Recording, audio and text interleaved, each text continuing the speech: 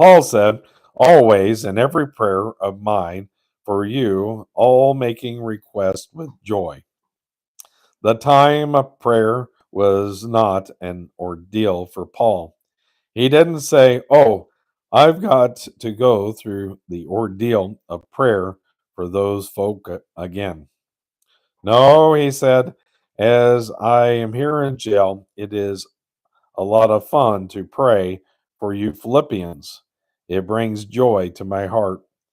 Now, having told them he thanked God for them, he gives a reason. And that concludes that section. And now we'll go on to the next section, verse 5. Verse 5, for your fellowship in the gospel from the first day until now. For your fellowship in the gospel. Now we come to the very important word in this epistle. We do not want to pass over this word fellowship, which word is used widely in the church and outside the church. I don't think that most folks really know what the word means, and therefore they don't use it properly. Years ago, I was invited down to Huntington Beach. Interesting that that's where Chuck Smith was too. About once a year to give a message at the Rotary Club luncheon. A Christian doctor was chairman of the program committee down there, and he would invite me to come at Christmas time or Easter time and give them the gospel, both barrels, which is what I always tried to do. Over the speaker's table, they had a slogan: food, fun, and fellowship.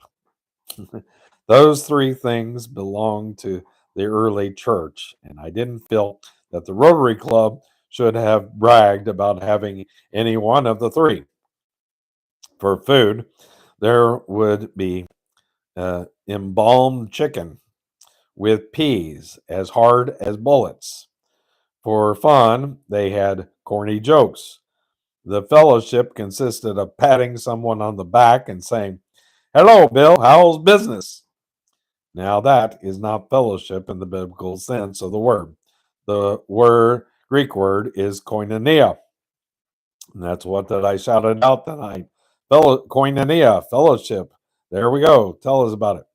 And it means that which believers can share of the things of Christ.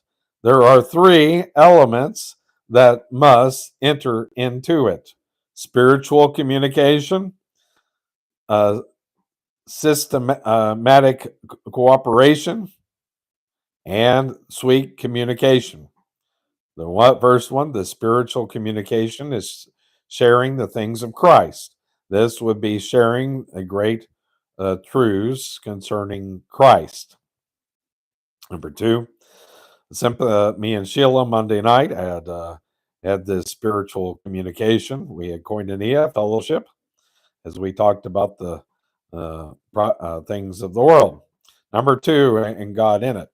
Number 2 is sympathetic cooperation, means working together for Christ. That is why when Paul used the word fellowship, he could be talking about Bible reading or Bible studying together or prayer or celebrating the Lord's Supper or taking up an offering or fellowshipping when we take up an offering, koinonia. Paul called all these koinonia fellowship. The result would be sweet communication. Number 3, it makes us partners with Christ. This is true koinonia. Paul wrote that this church was having fellowship with him. He had communicated to them the gospel. They had shared with Paul in the sympathetic cooperation. They had sent a gift to him and had ministered to his physical needs again and again. Then, when they were together, they had sweet communion. From the first day until now, Paul had enjoyed wonderful fellowship with them from the first day. That day, he had met Lydia and her group praying by the riverside. And that concludes